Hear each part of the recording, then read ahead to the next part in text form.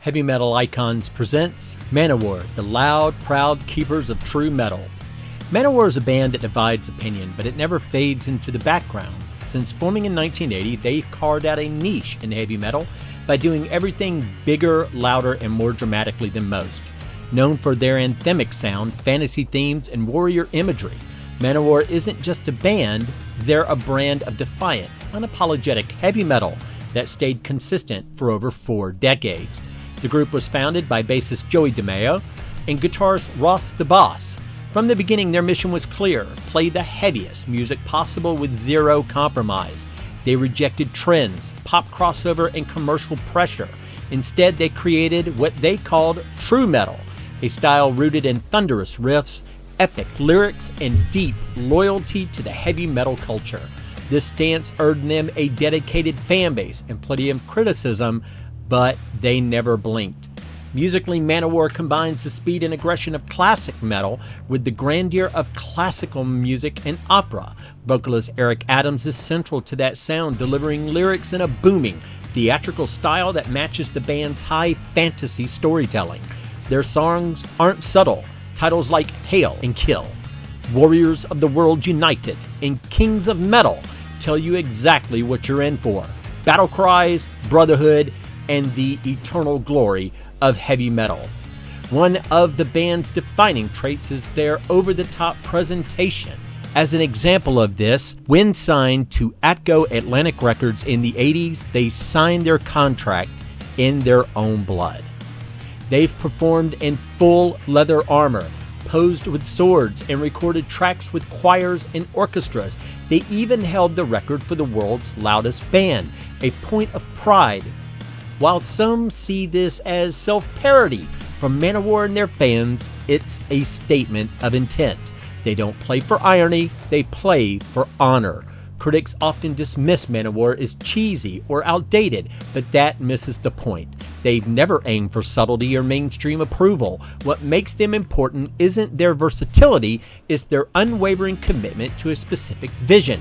In an industry where trends shift constantly, Manowar's refusal to change has made them icons of metal's rebellious outsider spirit. At the heart of it all is this message: stay true to what you love and don't apologize for it.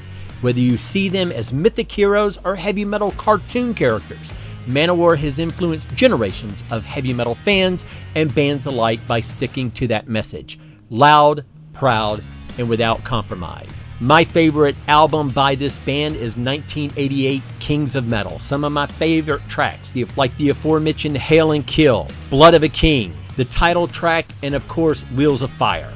I absolutely love this album. Loud, proud, and unapologetically absurd, Manowar's Kings of Metal isn't just an album, it's a declaration of war against subtlety. Released in 1988, this is Manowar at full power, flexing muscles, shouting about brotherhood and steel, and refusing to turn the volume down for anyone. Right out of the gate, Wheels of Fire hits like a freight train, all speed and bravado, with Eric Adams howling like a warrior in battle. It's pure adrenaline, setting the tone for what's basically a soundtrack for lifting heavy things and yelling. The title track, Kings of Metal, is the band's mission statement. Lines like "Other bands play, Manowar kills" are as ridiculous as they are iconic. It's over the top, but Manowar means every word, and that sincerity is what makes it work. They're not winking at the audience, they're screaming in its face. Heart of Steel slows things down, dialing up the drama with an anthem about inner strength and resilience. It's cheesy, sure, but it's delivered with conviction, and Adams' vocal range really shines here. Hail and Kill, another standout. Brutal, anthemic, and packed with fist-pumping energy. It's become one of their most beloved live tracks for a reason. There's even a spoken word track, The Warrior's Prayer, featuring an old man telling his grandson of a tale of legendary warriors. Might be the guys in Manowar themselves. It toes the line between epic and parody, depending on your tolerance for theatrical storytelling and your love for stories like Lord of the Rings or The Wheel of Time. Musically, the band is tight. Joey DeMaio's bass work is thunderous, and Scott Columbus pounds the drum like he's forging a sword with every hit. The production is bombastic. Every note, scream, and explosion is cranked to 11. That said, Kings of Metal isn't for everyone. If you can't buy into Manowar's fantasy metal persona, the album might feel like self-parody. But if you're in on the ride, it's a blast. Metal in its most exaggerated, cartoonishly glorious, beautiful, epic, dramatic form. Kings of Metal is Manowar's definitive statement. It's overblown and it's loud and utterly committed to its own myth. And for some, as myself, it is a metal masterpiece. But for others, some say it's too much. But no one can say that it's boring or quiet. I give this album an 8.5 out of 10. Long live the loud.